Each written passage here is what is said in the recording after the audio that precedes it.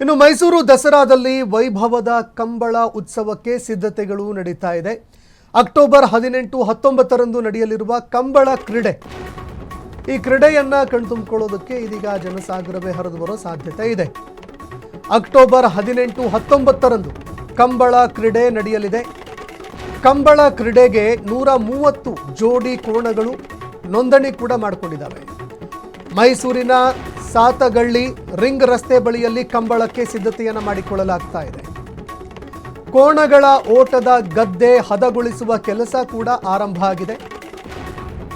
ಕೋಣಗಳ ಓಟಕ್ಕಾಗಿ track ನಿರ್ಮಾಣ ಕಾರ್ಯ ಕೂಡ ನಡೀತಾ ಇದೆ. ಇನ್ನು ಇದಕ್ಕೆ ವಿರೋಧ ಕೂಡ ವ್ಯಕ್ತವಾಗಿತ್ತು. ವಿರೋಧದ ಮಧ್ಯೆ ಟ್ರ್ಯಾಕ್ ನಿರ್ಮಾಣವನ್ನ ಕ್ರೀಡಾ ಇಲಾಖೆ ಮಾಡ್ತಾ ಇದೆ.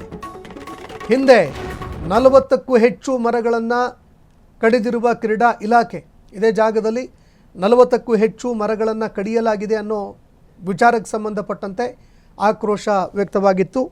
ಕಂಬಳಕ್ಕೆ ರೈತ ಸಂಘಟನೆಗಳು, ಪರಿಸರವಾದಿಗಳು ವಿರೋಧ ಕೂಡ ವ್ಯಕ್ತಪಡಿಸಿದರು. ಇನ್ನು ಮತ್ತೊಂದೆಡೆ ಈಗ ದೃಶ್ಯಾವಳಿಯಲ್ಲಿ ನೋಡ್ತಾ ಇದ್ರಿ, ಇದೆಲ್ಲವೂ ಕೂಡ ಒಂದು ಕಡೆ ಈ ಚರ್ಚೆಗಳು, ವಿರೋಧ ಮತ್ತೊಂದು ಮಗದೊಂದು. ಈ ನಡುವೆ ರಾಜ್ಯ ಸರ್ಕಾರ ತಾನು ಪ್ರೋತ್ಸಾಹ ಕೊಡ್ತಾ ಇದ್ದೀವಿ, ಇದಕ್ಕೆ ರಾಜ್ಯ ಮಟ್ಟದ ಒಂದು ಕ್ರೀಡೆಯಾಗಿ, ರಾಷ್ಟ್ರ ಮಟ್ಟದ ಕ್ರೀಡೆಯಾಗಿ ಇದು ಬೆಳೆಯುತ್ತೆ ಅನ್ನೋ ನಿಟ್ಟಿನಲ್ಲಿ ಕಂಬಳಕ್ಕೆ ನಾವು ಪ್ರೋತ್ಸಾಹ ಕೊಡೋದಕ್ಕೆ ಮುಂದಾಗ್ತಾ ಇದ್ದೀವಿ ಅಂತ ಈಗ ಭೂಮಿಯನ್ನು ಕೂಡ ಹದಗೊಳಿಸಲಾಗ್ತಾ ಇದೆ. ಕಂಬಳಕ್ಕೆ ಸಿದ್ಧತೆಗಳನ್ನು ಮಾಡಿಕೊಳ್ತಾ ಇದೆ ರಾಜ್ಯ ಸರ್ಕಾರ.